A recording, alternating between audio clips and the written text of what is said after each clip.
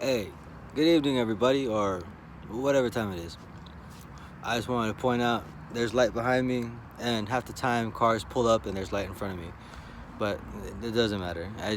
You know, patterns. We're all looking at patterns, and we're going to talk about patterns a little bit. I used to analyze politics just for the hell of it because I thought it was entertaining, and I kind of was curious about what's going on around in the world. I'm starting to do it now again because as much as I love music, I need some kind of different stimuli for my mind, and I kind of wonder what's going on in the world at the moment. I do follow tech and stuff on Twitter. I probably should do more research, but I get to it. And I'm kind of limited on my resources here, but I will say I want to point out something. British politics and American politics are very closely tied together. Just like how Japan is usually 3 years ahead in trend, what happens in Japan is usually they're about 3 years ahead in the social trend for most of the world. For some reason, I don't know how they do that. Anime is everywhere. Then you have European politics. British and the United States are very closely tied together. And what's wild about it is a lot of the social things that were happening in Britain transferred over to the U.S. And in Britain, they're already the social justice warrior thing, the whole censorship, can't say this, can't say that tisk crap, the limiting free speech, climate change, all of that seemed to originate from Europe. But from what I analyzed, was it happened in Britain slightly before it transferred off to the United States. And what a mess that has been. I don't think that we're completely tied together policy-wise because it was during the Obama administration. Because the Obama administration was a big supporter of the EU. The Brexit happened. I might not be getting this right. I don't know if Brexit happened during the Trump administration or the Obama administration. All I do know is Obama had a big role in Brexit actually happening. And Brexit is the British leaving the European Union. The only way they were able to leave the European Union was because they maintained their own currency. They weren't tied to the euro. Anyway, moving on. Obama made a special appearance, and that's why I think he was still in office at the time. He might have been, he might have not been. I think he's still in office at the time. And he went over there and basically told the British, you are making a mistake. And you know what? Honestly, I think that's all it needed to turn the tide.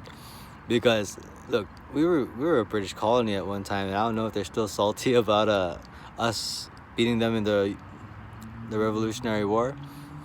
But I don't think the Brits are going to have the Americans tell them what to do. They're free to think for themselves, and so they should think for themselves, and they should put Britain first. They've always been our greatest ally. Don't tell British people what to do. They're probably just going to do the opposite. And they didn't. I just think it's funny. And that's what's funny about politics is it can be very petty at times. And they just tear into each other. It's a nasty war. And they want to censor it. They want to put limits on speech. Because if you don't have a good argument, the first thing you want to do is scream, shut up. And that's not how politics is supposed to work. Politics is free and open debate. And then let the public decide what is good for them. Free, open, and honest debate. You can't just throw random untrue facts out there. It doesn't work that way. True and honest debate. If you want a good laugh, and if you're into politics, check out Ben Shapiro. I lean slightly to the right. I'm very left on social issues because I'm a big believer in like full-blown freedom. Like, I just want to be free. If I'm not bothering you, you shouldn't bother me. What I do in my bedroom is my business. Yada, yada, yada. That's why, I'm for the whole gay rights thing. I'm for lesbian, whatever. You know what? I don't really care. What you do in your bedroom, not my business, and it shouldn't be my business, and it will never be my business. But I will say, you want a good laugh? Check out Ben Shapiro. He's just this rapid fire. He's a debate machine gun. He just tears into people. Just, and he's super knowledgeable. He knows what he's talking about. He memorizes a lot of quotes, dates, famous politicians, history of politics. He knows the process. Well, I don't agree on everything, but I will agree with him on one thing. It's something I touched on a long time ago, and for some reason everything's starting to come back to me now that I'm alone and kind of in my zone. That the culture is everything, and without that culture, without that strong, united culture, we cannot have freedom. The fact that you are self-disciplined, like the fact that I know that I shouldn't go and steal from you, the fact that I know I shouldn't do that, that self-discipline is what everyone kind of needs. And not everyone's going to have it, but if most people have it, we are allowed to be free to do what we want because we have that self-discipline. If everyone's getting obese, and I'm not shaming fat people, but it's not good for you. It's not healthy for you. And at the end of the day, we're paying for it because if you want universal health care, we have to be at least somewhat of a healthy nation to reduce the medical costs enough for us to actually do universal health care. This is a very complicated subject. I'm making it very simple. It's a lot more complicated than I'm saying, but I know that is a very key factor. It has to be a key factor. It just makes total sense. It has to be a key factor. And, what if they just started limiting the food that you eat because it's in the greater interest of the nation? Then, because you lack that self-discipline, we cannot be free. And for those that are trying to be disciplined or who are disciplined, it's not fair for us.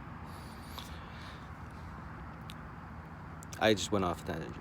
But anyway, I want to put something out there. Check out Nigel Farage and check out Parliament debates in Britain, because they are known for just absolute hilarity. They're crazy, they're funny, they tear into each other, they call each other names. One of the most famous ones is Nigel Farage. My most favorite speech from him was when he stood up in front of the EU and just called BS on everything. And I like that. That entertains me. And I'm going to leave you with one of the most famous lines that was left in European Parliament. I forget who. I'm not as smart as Ben Shapiro. I forget who said it, but it was a debate between a man and a woman. And the woman told the man, "Sir, if you were my husband, I'd poison your tea." And the man then responded, "Ma'am, if you were my wife, I'd drink it." And with that, I will leave you. Good night, guys. Jones out.